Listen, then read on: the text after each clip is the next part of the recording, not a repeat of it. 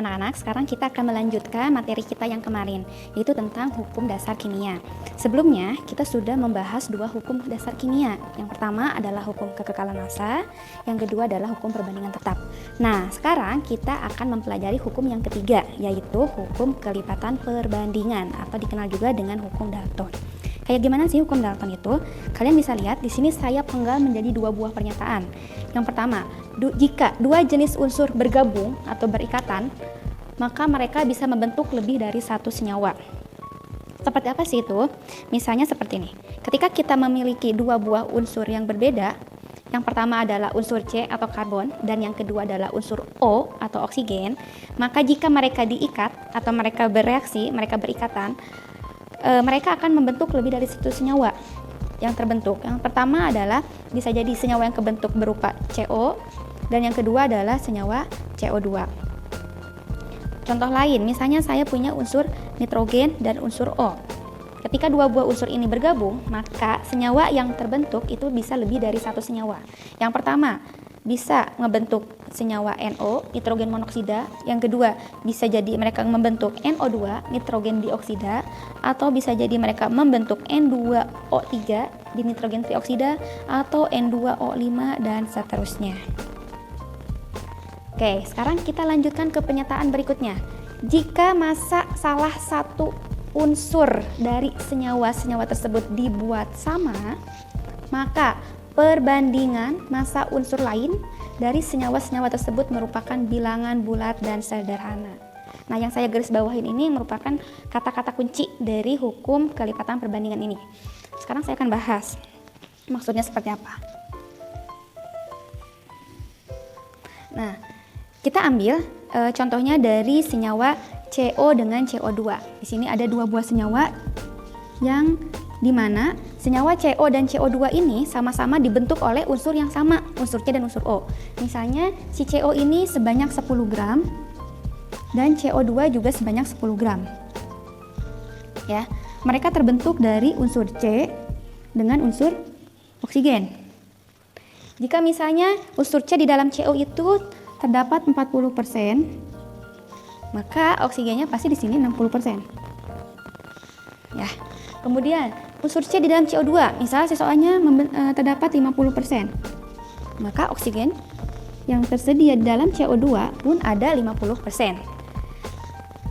Kita kembali lagi ke pernyataannya. Jika massa salah satu unsur dari senyawa tersebut dibuat sama, berarti ketika terjadi seperti ini, maka yang harus kita lakukan pertama kali adalah ubah presentasi dari C sama O ini ke dalam massa atau gram.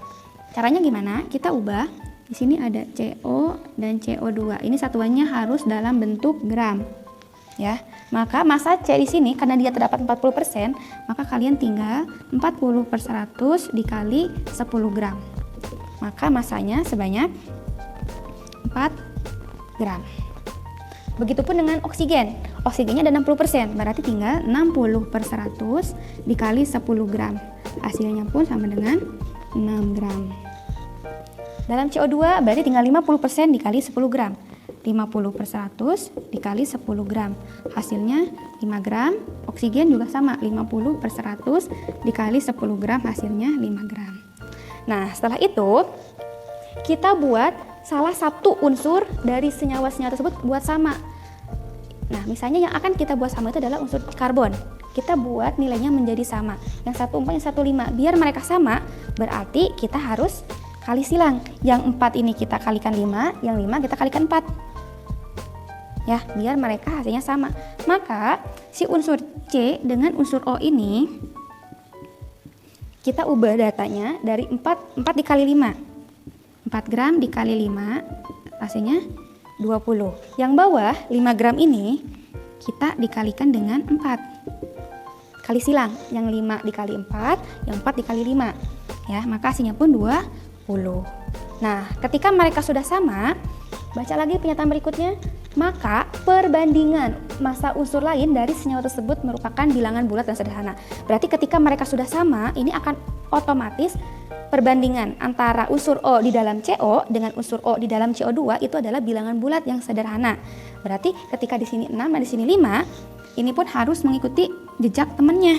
Yang ini dikali 5, maka si 6 di sini pun harus dikali 5, dan si 5 ini harus mengikuti jejak temennya. Si C di sini dikali 4, maka kita kalikan 4. Maka hasilnya ini jadi 30 dan oksigen yang di kedua itu menjadi 20. Nah, setelah itu kita tinggal bandingkan. Maka perbandingan unsur O ya di dalam CO dan CO2 ini sebanyak 30 berbanding 20 alias 3 berbanding 2. Nah, 3 berbanding 2 inilah yang disebut dengan bilangan bulat dan sederhana. Jadi kalau bilangan bulat dan sederhana itu bilangan yang bilangan asli, berarti bilangan dari angka 1. Mencoba latihan soal untuk hukum dasar yang ketiga. Biasanya untuk soal-soal hukum dasar yang ketiga itu berupa membuktikan atau enggak biasanya diberikan salah satu unsurnya itu sudah diketahui, udah disama, dan kita diminta perbandingan dari unsur lainnya berapa. Jadi biasanya soalnya seperti itu. Di sini saya sudah sediakan satu soal di mana kita diminta untuk membuktikan apakah senyawa yang terbentuk di sini merupakan memenuhi hukum dasar kimia yang ketiga atau tidak. Coba kalian perhatikan soalnya. Dalam keadaan standar ternyata ada 42,9% unsur S dan 57,1% unsur O membentuk 100 gram SO2. Ya, berarti ada senyawa SO2. Pada kondisi yang lain, 27,3% unsur S dan 72,7 unsur O membentuk 100 gram senyawa SO3. Jadi sama-sama terbentuk dari unsur S dan unsur O, tapi senyawanya berbeda. Tunjukkan bahwa data tersebut sesuai dengan hukum Dalton. Oke, sekarang kita coba jawab. Nah, yang pertama yang harus kita kerjakan adalah kita buat terlebih dahulu datanya. Di sini ada unsur S dengan ada unsur oksigen ya. Senyawa yang pertama yang kebentuk adalah SO2 sebanyak 100 gram. Ya, kemudian senyawa kedua yang kebentuk itu adalah SO3 sebanyak 100 gram juga. Nah, setelah itu kita masukkan datanya. S di dalam SO2 itu ada 42,9%. Sedangkan unsur O-nya ada 57,1%. Unsur S di dalam SO3 ternyata ada 27,3% dan unsur O-nya ada 72,7%. Seperti yang tadi saya jelaskan sebelumnya, ketika kita mau membuktikan hukum Dalton, maka yang harus kita kerjakan pertama adalah ubah data persen itu menjadi massa. Caranya tinggal dikali 42,9% berarti per 100 dikali dengan 100. Maka jawabannya adalah 42,9 per 100 dikali 100 gram, maka jawabannya 42,9 gram. 57,1 sama caranya, 57,1 per 100 dikali 100 gram, maka jawabannya 57,1 gram juga. Begitupun dengan ini, tinggal 27,1 per 100 dikali 100 gram, jawabannya 27,1 gram. Yang ini 72,7 per 100 dikali 100 gram, maka 72,7 gram. Nah, setelah kita punya data dalam satuan massa, selanjutnya adalah kita buat sama salah satu unsur. Kalian boleh milih mau unsur S yang disamakan atau mau unsur O yang disamakan. Tidak ada ketentuan harus S atau harus O, ya. Dan tidak ada ketentuan juga harus dikali silang. Jadi di sini bebas terserah kita. Yang penting itu bisa sama salah satu unsurnya. Boleh dikali ataupun boleh dibagi. Kalau dijumlah atau ditambah boleh nggak? Itu nggak bisa. Kalau penjumlahan atau nggak dikurangin itu tidak bisa dijadikan solusi ya. Jadi kalau nggak dikali dibagi, angkanya berapa dikalinya terserah kalian, terserah kita aja. Mau dikali 100, mau dikali 10 atau mau dikali lawannya, mau dibagi lawannya, yang penting hasilnya sama. Oke, untuk kasus ini kita punya 42,9, 57,1, 27,1, 72,7. Kira-kira ini dikali atau dibagi?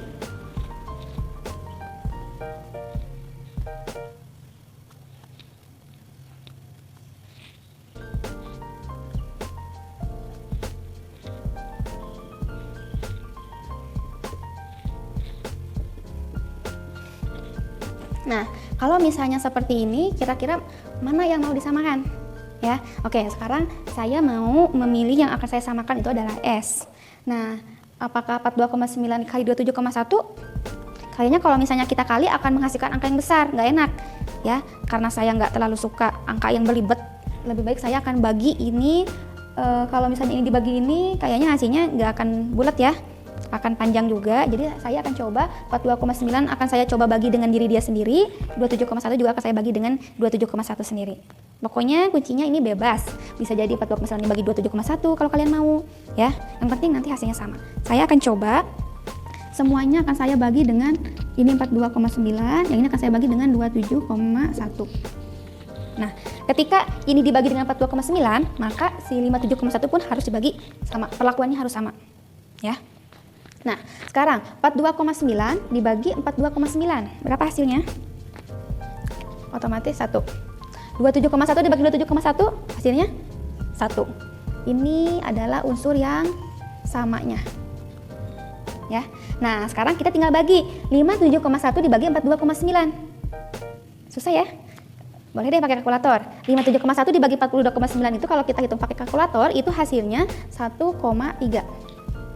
Ya. 72,7 dibagi 27,1 itu hasilnya adalah 2,6. Ini udah sama. Sekarang kita tinggal bandingkan perbandingan unsur O, berarti ya.